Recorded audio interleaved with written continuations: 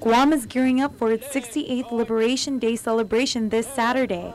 The parade will begin at 10 a.m. with the first float passing the grandstand and will end at 2:20 in the afternoon. Orat Chalampago Mayor and Liberation Parade Coordinator Jesse Gogui.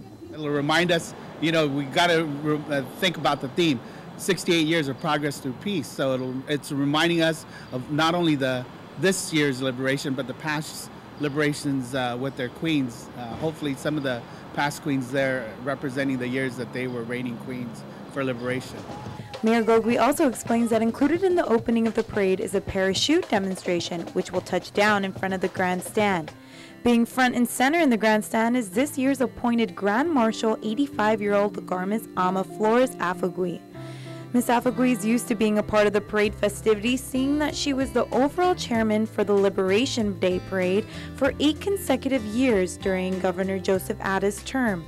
We met up with Ms. Aflague, who was 14 during the Japanese occupation, as she reflected on the 3.5 years under Japanese rule and explained to us what liberation means to her. What liberation means to me now, believe me, although I was chairman of carnivals and all that, to me it's peace. Peace. Peace because of the fact that, during the time when you're under the Japanese regime, all you have is fear. Fear for your life, fear for your families. So that nagging emotional feeling of fear disappears right when you're liberated.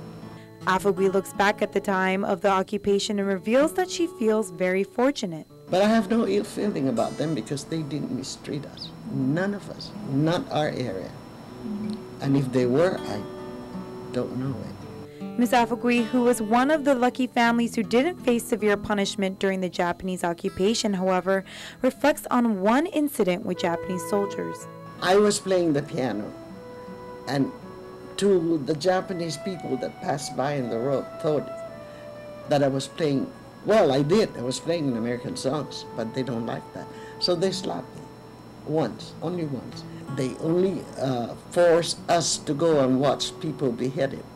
Before U.S. forces arrived, Aflague describes how Japanese soldiers in the village of Talafofo would raid houses and take new 6 girls every day to take home for the whole night.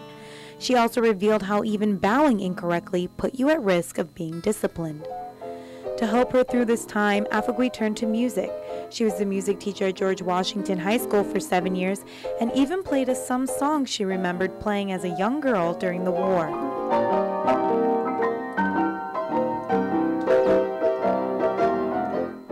Aflague is honored to be appointed as this year's Grand Marshal, and although she looks forward to taking part in the parade, she hopes people will take this time to remember the great strife many people went through during the occupation and pay respect to the many citizens and soldiers who passed away or suffered during this time. Our people should always remember that time. You forget. It's human. At the time when it happened, we were so affected by it, and then afterwards you forget, and some people just completely forget. But I think every liberation, part of it should be spiritual.